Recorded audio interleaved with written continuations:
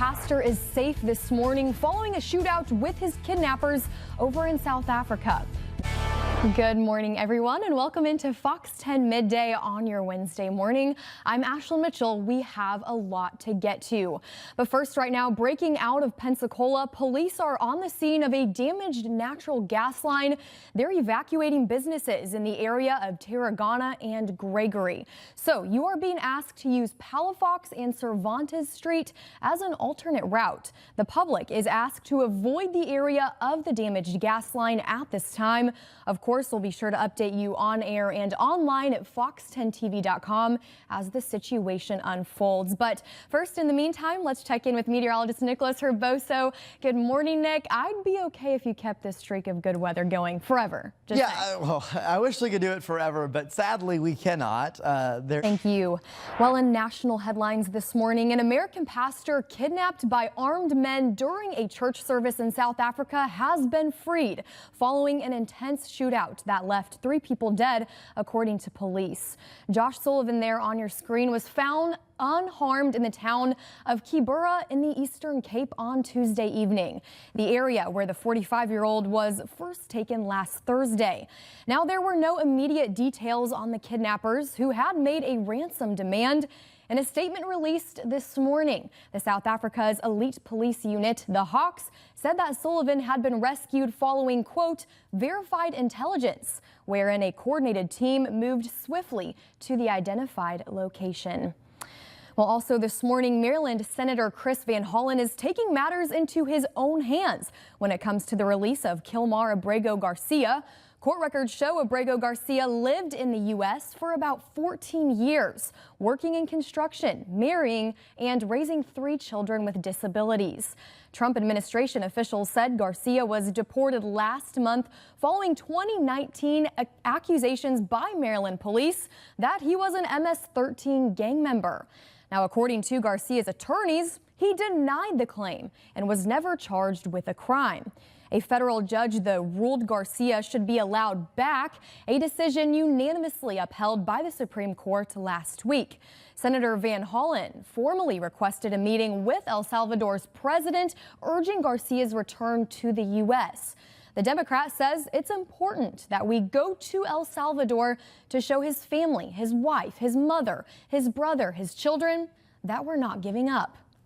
My overall purpose here is to send a signal that we are not going to stop fighting for his return until he is actually released. I may be the first senator or first member of Congress to go down to El Salvador, but people are going to keep on coming until he comes home. And on Monday, Trump administration officials dismissed efforts to bring Garcia back, saying the decision rested with El Salvador. Meanwhile, El Salvador's president said he lacked the authority to authorize Garcia's return, calling the idea, quote, preposterous, and likening it to an attempt to, quote, smuggle a terrorist into the United States. Well, new this morning, California is now the first state to take legal action against President Donald Trump over his tariffs, while the White House says it's close to reaching trade deals with more than 10 countries.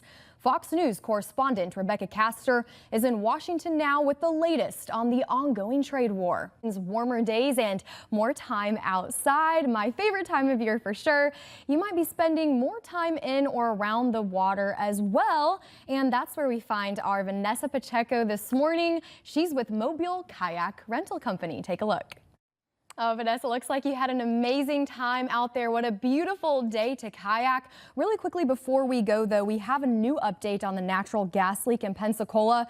We're told Pensacola Energy is securing the leak right now. Occupants of Wesley Haven Villa have been evacuated, and Pensacola Fire and Pensacola police teams are in contact with building occupants inside the perimeter. Again, be sure to avoid that area. Stay close for more updates, and we'll be back here on Fox 10 midday. Well, straight ahead, Israel's military says it has no plans to leave Gaza as fighting there intensifies. We've got the latest on the Middle East war. We'll see you in just a moment.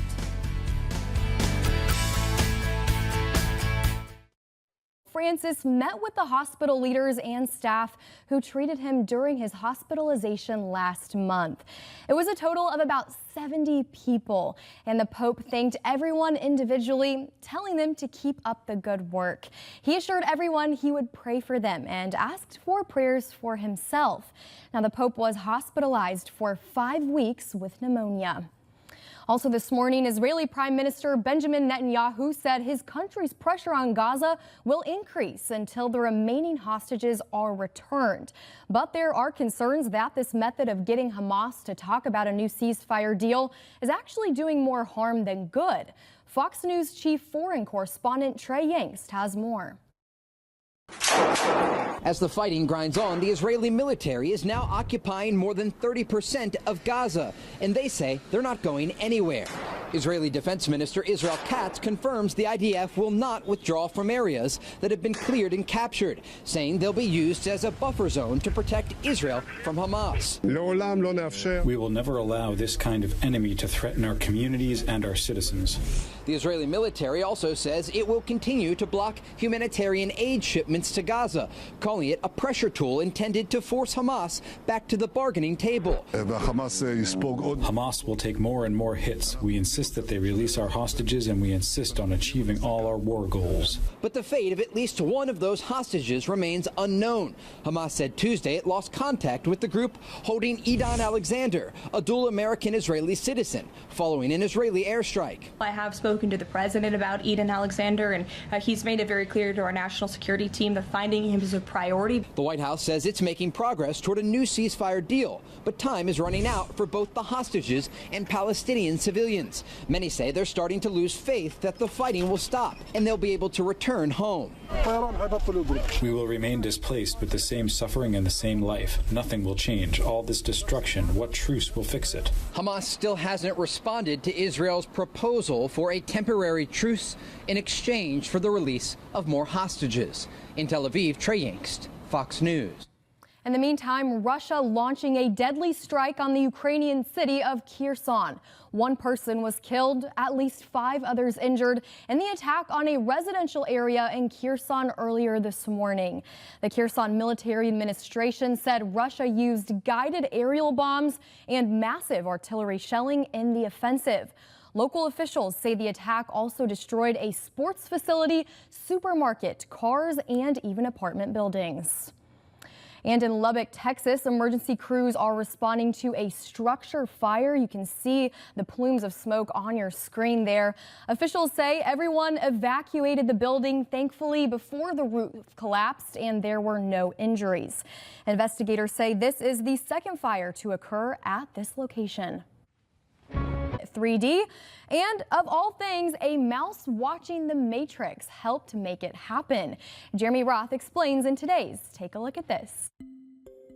Scientists recently pulled off the unthinkable, using a mouse mesmerized by movies to create the first precise 3D mapping of a mammal's brain.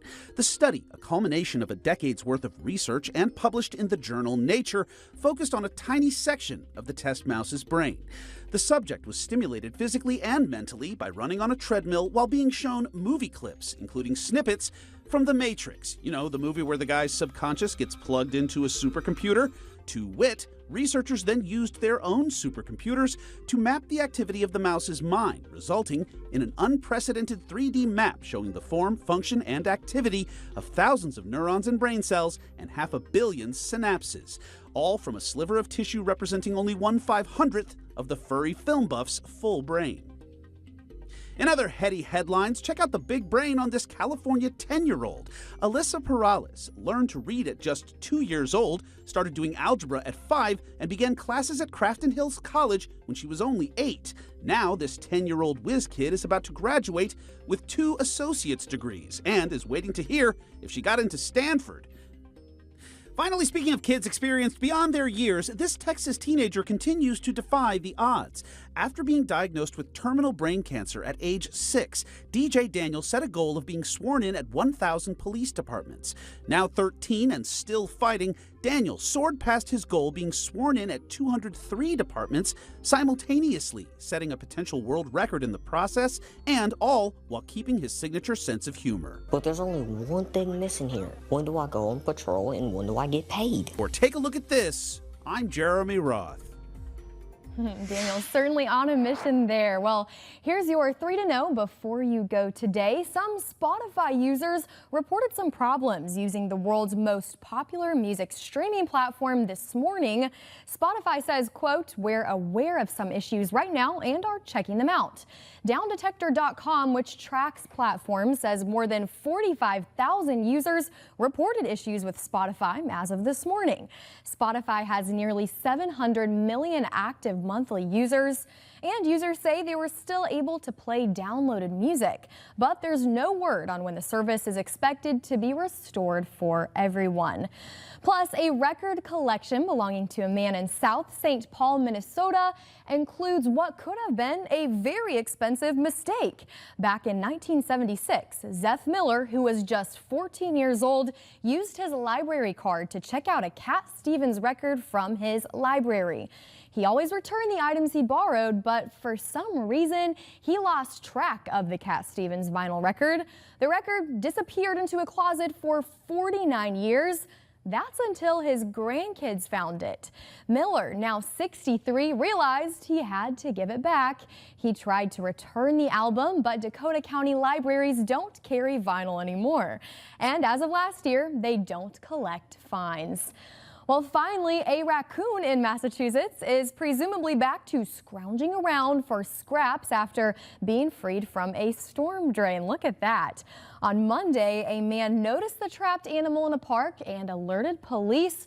Officers, we're told, removed the storm drain's cover, but the raccoon was still stuck. So the man then took 2 laundry pods to soften the raccoon's head, and less than a half hour later, they finally got the raccoon out. Animal Control then came and retrieved the animal. I guess you never know how laundry detergent will help you. Yeah, if you have it on I hand. guess so. That's something. By the way, I did check my Spotify just now. you? I am working. Okay, so it it's is fun. working. I use Apple Music, not I Spotify. was going to ask. I feel like we've had this conversation before. You Yeah, are Apple Music is safe. Yeah, well, I used to have Apple Music. I got rid of it. Really? I had the student discount, and it was fantastic. Oh, but now I don't, see, of course. So. I had to upgrade too. It Yeah. stinks being an adult, doesn't it? Yeah, I know, it does. All right, let's take a look at the final forecast here. So 77, 78, 81, those temperatures kind of going up each and every day. We could have some warm temperatures in the middle and upper 80s for our inland spots for Friday, Saturday. Okay, let's talk weekend. Saturday, if you're going down to the beach, that is a medium risk of rip currents. Be careful there. And then Sunday is a high risk of rip currents. If you're doing Easter beach day, not the best day. And then even after it, if you're doing plans next week, I know some folks have spring break. Some schools have spring break next week. We could have some afternoon showers and thunderstorms. Not a guarantee, just a possibility. So we'll keep an eye on it. All right, well, Nick, you're everyone's best friend with these forecasts past couple of weeks, aren't you? Yeah, I know. You'll take it. Try my best. All right, thank you for watching Fox 10 Midday. See you at 3 o'clock.